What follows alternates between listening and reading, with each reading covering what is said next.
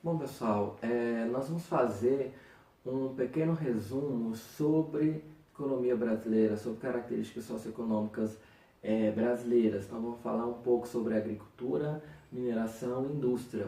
Sobre a agricultura, o que nós podemos falar? A gente sabe que o Brasil é um dos maiores produtores agrícolas do mundo, isso relacionado à sua extensão territorial e a fatores históricos relacionados ao nosso processo, né, de ocupação territorial, tá? Então, quando a gente fala de agricultura de exportação, a gente está falando principalmente dos grandes proprietários do agronegócio. Quando a gente fala de pequenos produtores, a gente está falando de pessoas que comumente destinam a sua produção para o mercado interno. A gente vai falar mais sobre o agronegócio, que são os produtores que destinam a sua produção para o mercado externo. E aí, pessoal, se a gente for avaliar, o PIB brasileiro, a participação do PIB brasileiro, do setor primário, secundário e terciário, né, a gente observa que o Brasil ele deixou de ser um país agrário exportador, como foi conhecido por muito tempo, e passou a diversificar a sua produção a partir da nossa Revolução Industrial, que aconteceu em 1930. E hoje qual que seria o cenário? Né? Quase 70% do PIB, da riqueza, né, que é o produto interno bruto gerado no país, ele vem do setor de serviços e comércios. 25% da indústria e 5,7%, né, da agropecuária. Tá? Então, boa parte hoje da riqueza produzida no país vem do setor terciário, que é o setor de serviços e comércio. E esse mapa é bastante representativo, que mostra que boa parte dos municípios brasileiros, a principal atividade é o setor terciário. Esse segundo mapa, ele é interessante. O que? Quais são as principais características que ele nos mostra? Porque ao lado do setor terciário, a gente tem um grande contingente de pessoas ainda trabalhando no setor primário. Então, os principais produtos brasileiros exportados, né, está a soja, o café, a cana-de-açúcar, a laranja, né? Então são grandes produtos aí de exportação brasileira. Tá? A gente tem grandes áreas aí de produção agrícola. A gente observa que a fronteira agrícola brasileira ela vem se expandindo para áreas de floresta, que acaba sendo, né, um lado negativo, porque você remove a vegetação e você insere nessas áreas regiões, culturas, né, geralmente de ciclo curto. A gente sabe que não é adequado para esse tipo de região, ok? Sobre pecuária. Pecuária também o Brasil se destaca por ser um grande produtor agropecuário, grande, principalmente carne bovina, carne de frango e carne suína. Tá? E o que a gente observa sobre a pecuária? Que eles ainda têm, esse setor tem uma grande dependência da indústria, assim como a agricultura, né, está cada vez mais sujeito a questões a demandas da indústria e do setor terciário. Então a gente destaca pela produção, né, de carne bovina, são mais de 200 milhões de cabeças pelo país. A principal região, né, de cultivo, de criação desses animais é a região centro-oeste. Os suínos também, né, mas principalmente para o abastecimento do mercado interno lá na região sul, e também na região sul também a gente tem uma grande produção de carne de frango, devido também à presença de frigoríficos importantes, né, entre eles a Sadia e a Perdigão, ok? Tem a questão do extrativismo vegetal também, que acaba sendo marcante em algumas regiões brasileiras, como o látex na Amazonas, né, o babaçu e a carnaúba no Maranhão, né, a castanha do Pará também, tá? Recursos minerais. A gente pode estar falando sobre os recursos minerais brasileiros. O Brasil também é um país que tem muitas riquezas minerais. E aí o grande problema brasileiro é que ele não possui tecnologia para processar todos esses minérios, né, encontrados aqui no Brasil, e aí ele acaba vendendo a preço barato para outros países, né? Então ele vende a matéria-prima bruta, né, não elaborada, então não agrega valor a essa mercadoria. E o negativo é que muitas vezes eles compram, o Brasil compra desses países produtos industrializados que têm um valor agregado, né, que o Brasil poderia estar desenvolvendo aqui. Os mais abundantes são o minério de ferro, o manganês, a bauxita, a casterita, e os mais escassos são o cobre, a prata, o zinco e o chumbo. Uma informação importante, que o Brasil, como é um dos principais produtores agrícolas mundiais, ele é um grande consumidor de fertilizantes para aumentar a produtividade de suas produções. Contudo, ele só produz 2% dos fertilizantes. Isso quer dizer o quê? Que ele tem que comprar boa parte de seus fertilizantes de outros países. A gente sabe que a distribuição dos recursos minerais ela não está, né, bem distribuída no país. Então, 2 estados vão se destacar pela produção mineral brasileira, que é o estado de Minas Gerais, com 48%, e o estado do Pará, com 28%. As maiores empresas, a Vale do Rio Doce e a Samarco, ok? Esse mapa que mostra essa distribuição de minerais, e as áreas que vão chamar mais atenção é Minas Gerais, principalmente o quadrilátero ferrífero, e o Pará, em especial a Serra dos Carajás, ok?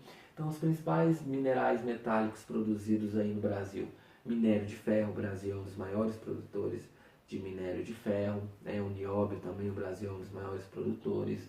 Nós temos a bauxita, que é um minério para a produção de alumínio, a casterita, o ouro, o níquel, o cobre, o chumbo e o tungstênio. São os principais minerais metálicos encontrados aqui no Brasil. E entre os minerais não metálicos, que são aqueles, né, que não produzem nenhum mineral, que servem como, por exemplo, para cimento, fertilizante, para correção do pH do solo, né, o sal de cozinha, tá? Então os principais é o caulinho, o calcário, fosfato, potássio, sal de cozinha e alguns metais metálicos, radioativos, tá?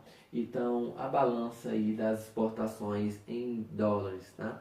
A maior riqueza vai vir da exportação, da venda de minério de ferro, depois de nióbio e de ouro. E as importações, as compras, né, o que o Brasil compra de fora, ele vai comprar muito carvão mineral, mais de 50% das importações brasileiras vem desse carvão mineral. A gente sabe que várias indústrias, a própria produção de eletricidade no Brasil, quando se tem dificuldade na produção de energia hidrelétrica, geralmente em estações mais secas, você aciona as termoelétricas que vão utilizar o carvão mineral.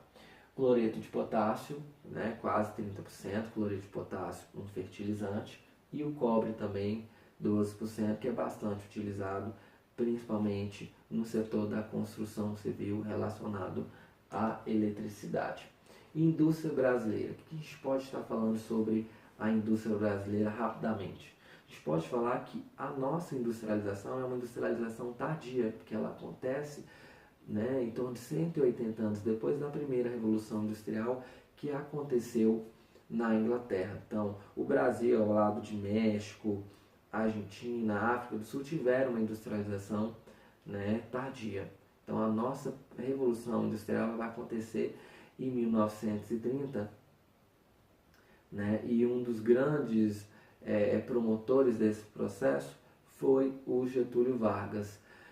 O que dificultava ao desenvolvimento da indústria no país? Primeiro, que nós fomos muito tempo colônia de Portugal. Então Portugal não tinha essa intenção que o Brasil se tornasse um país industrial, até mesmo que Portugal, né, não era um país industrial. Depois houve a independência e aí nós permanecemos com essa lógica de país agrário e exportador. Então essa mudança de concepção, a necessidade de um país, né, cada vez mais urbano, moderno,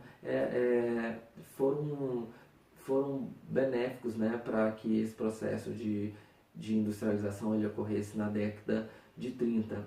E ele acontece na década de 30 relacionado a alguns fatores. Primeiro, que acontece na região sudeste, principalmente no estado de São Paulo, porque era uma região que tinha pré-condições, né? Tinha um capital acumulado da era cafeira, você tinha uma infraestrutura herdada por esse tipo de economia, rodovias, ferrovias, você tinha um momento favorável para o desenvolvimento da indústria, que era o preço do café que estava muito baixo no mercado internacional, principalmente a partir da década, principalmente a partir da queda, né, da bolsa em 29, você tinha um contingente de imigração, principalmente de alemães, italianos, que traziam para o Brasil uma experiência, né, industrial. Então todos esses fatores foram positivos para o desenvolvimento da indústria na década de 30, principalmente na região sudeste. E aí, entre alguns presidentes que a gente pode estar destacando,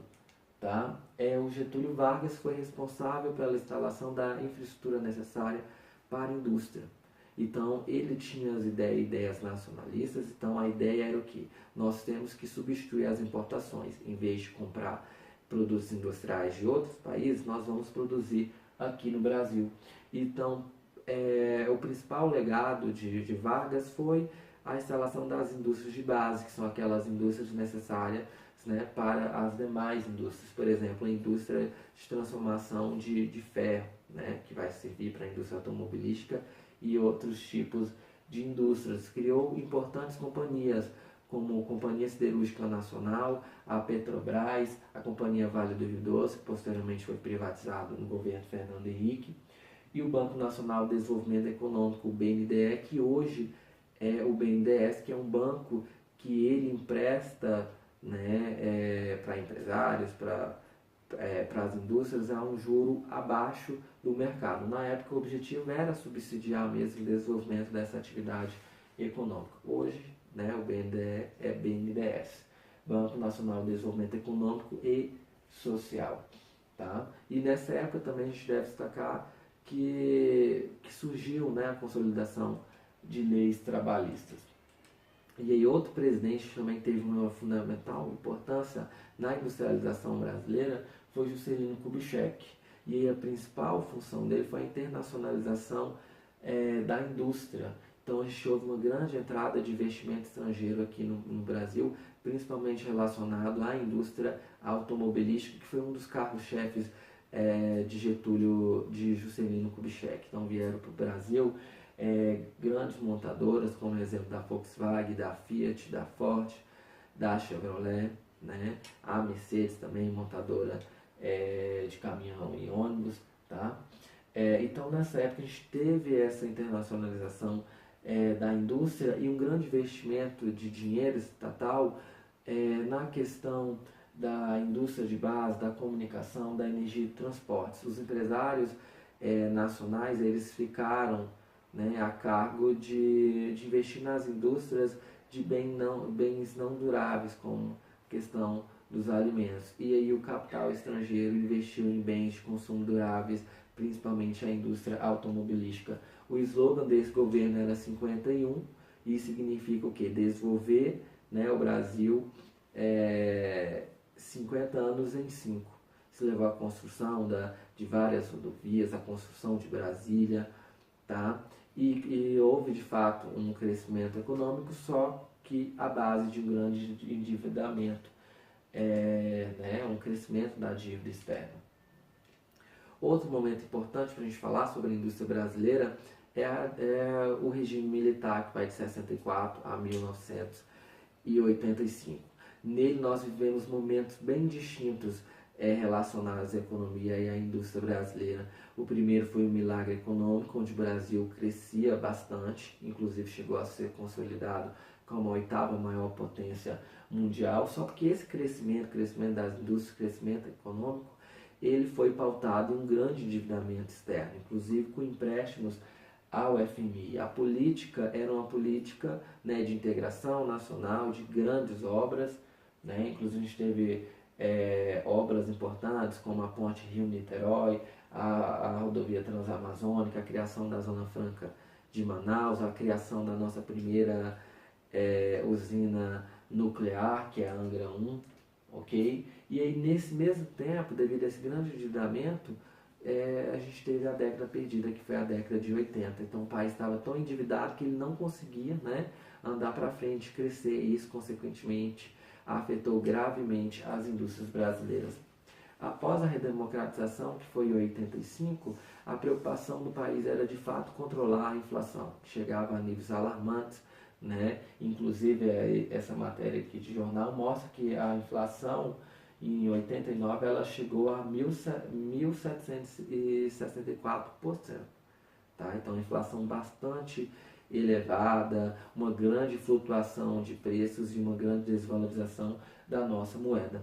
Com isso, houve, né, a tentativa do controle da inflação, a criação de 5 moedas até o Plano Real, que foi criado pelo então ministro da Fazenda do governo de Itamar Franco, né, o Fernando Henrique Cardoso, que inclusive conseguiu se eleger depois 2 vezes. E a década de 90 é um contexto global que está relacionado à internacionalização das empresas, a modernização das empresas, a entrada de capital estrangeiro aí no Brasil, que levou à redução das tarifas de importação, e também uma política neoliberal implantada principalmente pelo presidente Fernando Henrique, um político que defendia uma menor presença, né, do Estado nas atividades da sociedade. E foi um período também que nós vivemos várias crises econômicas que acabaram afetando os países emergentes. Tá? Nesse período entraram algumas indústrias, principalmente relacionadas aos automóveis, como a Honda, Toyota, Renault e Peugeot, e começou uma dispersão industrial da região sudeste para as demais regiões. E aí, no governo Fernando Henrique, o capital internacional passou a ter maior participação nas indústrias brasileiras. Houve várias privatizações de indústrias, então esse mercado internacional passou a ter maior participação nessas indústrias, ok? E aí o efeito da globalização foi aumentar a produtividade e diminuir, né, a questão dos empregos. Em 97 nós tivemos mais uma crise, essa crise levou à redução, à desvalorização da nossa moeda, aumentou os juros, né, diminuiu o número de investimentos, os preços das commodities despencou. O que são commodities? Commodities são matérias-primas que têm seus preços regulados no mercado internacional. Então o Brasil ainda é um grande exportador de commodities. Se tem uma redução desse preço no mercado internacional, isso é muito grave para a economia e gerou o quê? Um baixo crescimento industrial nesse período. E aí, a partir da década de 90, a gente já registra um movimento, um fenômeno chamado de guerra fiscal, que seria o quê?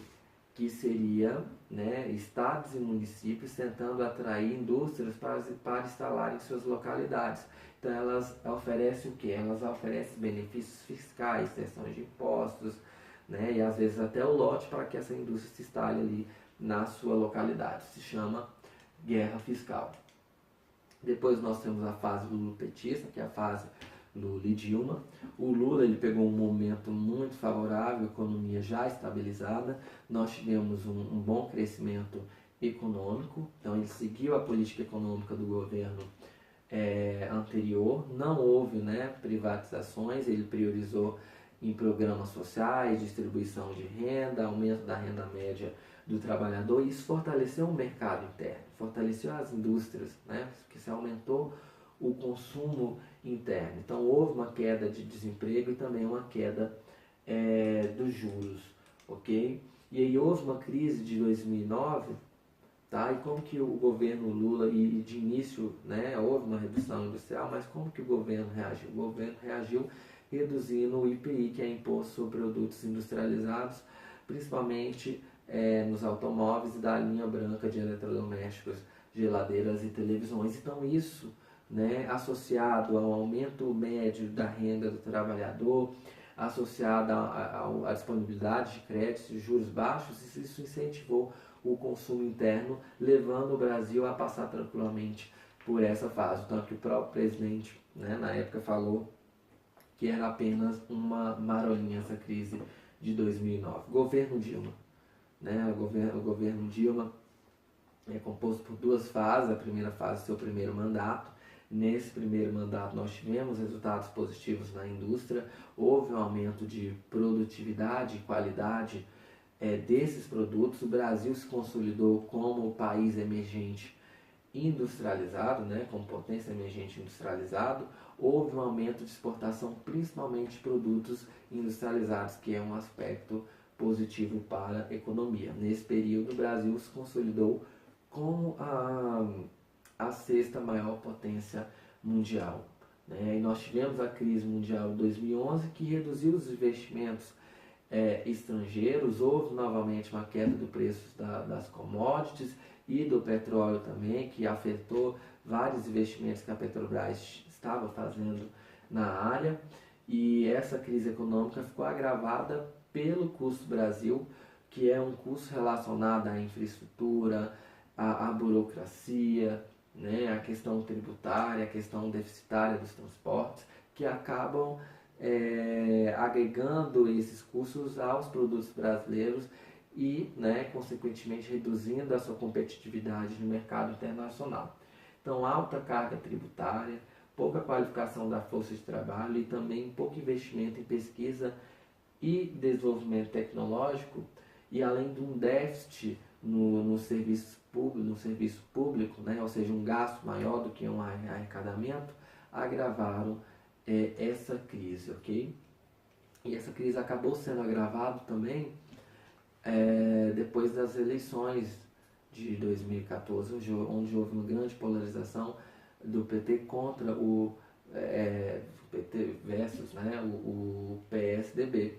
Então isso, sempre que há uma crise política, a gente cria uma estabilidade econômica. E isso é muito ruim, né? Isso levou e está levando, né, de certa forma, uma redução da economia brasileira, uma redução da participação da indústria na economia brasileira. Nós tivemos também uma crise no setor elétrico e de combustíveis, né? Tanto um erro estratégico do governo Dilma, que abaixou a energia elétrica em um determinado período e depois teve que aumentar 51%. Então criou uma crise, né? Inclusive esse aspecto fez a nossa inflação subir um pouco.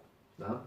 Então o Estado estava gastando demais e arrecadando, né, menos, e consequentemente isso gera uma crise econômica e política. E o que a gente observa a partir dessa crise? Que houve uma desindustrialização, a indústria perdendo a participação, né, na geração de riquezas. Tá? E aí vem a questão do impeachment, né, a Dilma é impeachmentada e entra o seu vice-presidente, o presidente Michel Temer.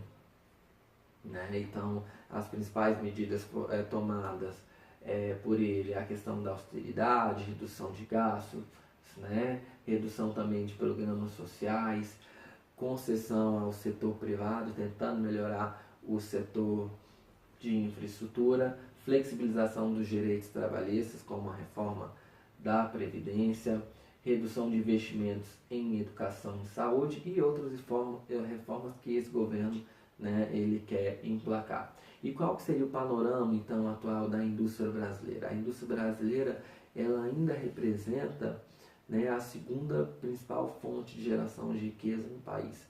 E o grande problema é que essa participação das indústrias na geração de riqueza, ela vem diminuindo. Em 2010, esse número era de 27%. Em 2015, cai para 22,7%. Então, o que está acontecendo aí? Está acontecendo uma desindustrialização. E essa desindustrialização, ela é um movimento normal em países desenvolvidos. Mas o que acontece? Esses países desenvolvidos, eles já atingiram um grau de qualidade de vida, uma renda per capita acima dos 19 mil dólares, né? E aí esse setor da indústria, ele perde participação para serviços como internet, TV a cabo, viagens, tá? E o Brasil, esse fenômeno, ele acontece antes da hora, por isso que é chamado de uma desindustrialização precoce, porque a gente não atingiu esse grau de qualidade de vida para que houvesse essa redução da indústria. O que a gente pode falar sobre a concentração e dispersão das indústrias no espaço brasileiro? A gente sabe que a indústria ela ficou muito concentrada na região sudeste e na região sul. Só que qual que é a tendência? A tendência é de uma desconcentração, tá? Uma desconcentração, uma dispersão dessas indústrias no território brasileiro, mas ainda é uma desconcentração concentrada, porque o sudeste ainda permanece com 33% das indústrias brasileiras. São Paulo ainda continua, né, como o estado que tem a maior quantidade de indústrias. Mas, de todo modo, está tendo uma dispersão, né, entre, dentro da própria região sudeste, de regiões centrais, mas para regiões mais periféricas e também para outras regiões brasileiras. E aí a região sul, né, aí eu tenho alguns gráficos, né, que vocês podem acompanhar, ok, sobre cada região, sobre os principais estados. Na região sudeste nós vamos ter, né, os 3 estados mais industrializados do país, que é São Paulo, Rio de Janeiro e Minas Gerais. A região sul vai ser a segunda região mais industrializada, vai ser uma região que vai chamar a atenção principalmente pelos produtos agroindustriais e por ser uma região geoestratégica, uma região bem próxima aos principais parceiros econômicos do Brasil na América do Sul, né? Argentina, Paraguai, Uruguai, ok? E a tendência é concentrar essas indústrias nas regiões metropolitanas. E aí nós temos a região Nordeste. A região Nordeste é a terceira região mais industrializada do Brasil e é uma das regiões que mais cresce, né, que a indústria mais cresce no país, principalmente relacionada aos vários incentivos fiscais que esses estados e municípios eles oferecem. Então, pessoal, para a gente fechar a ideia sobre a dispersão e concentração das indústrias brasileiras, tá? Então, o Nordeste, quais vão ser os estados que vão mais se destacar pela questão da indústria? A Bahia, que vai ter o parque industrial mais diversificado, Pernambuco e Ceará, sendo esse último vai destacar bastante pela indústria têxtil. E o Centro-Oeste? O Centro-Oeste é a região menos industrializada do país e boa parte das indústrias dessas regiões vão estar relacionadas à agroindústria, né? Ou seja, as atividades nessas regiões, muito forte a presença da pecuária e da agricultura, então vão influenciar que a maior parte dessas indústrias sejam voltadas ao agronegócio. Tá? E aí o estado mais industrializado dessa região é o estado de Goiás, que é o 10º estado mais industrializado do país. Além das indústrias, das agroindústrias, Goiás vai contar também com indústrias farmacêuticas, de pneus, de borracha, de montadoras de carro, como é o exemplo da Hyundai em Anápolis, né? A questão farmacêutica neoquímica em Anápolis, inclusive Anápolis tem um importante polo agroindustrial, né? A região metropolitana de Goiânia, Goiânia vai destacar pela produção industrial também dentro do estado, ok? E aí os demais estados, Mato Grosso do Sul, vão ter uma produção industrial um pouco menor e as indústrias que contêm nesses estados também voltado às agroindústrias. O DF, que a gente pode falar sobre o Distrito Federal a respeito da indústria. A indústria ela não é representativa aqui no DF, tá? Então, de toda a riqueza produzida em 2013, 2014, apenas 15% do PIB, do Produto Interno Bruto do DF foi gerado pelas indústrias.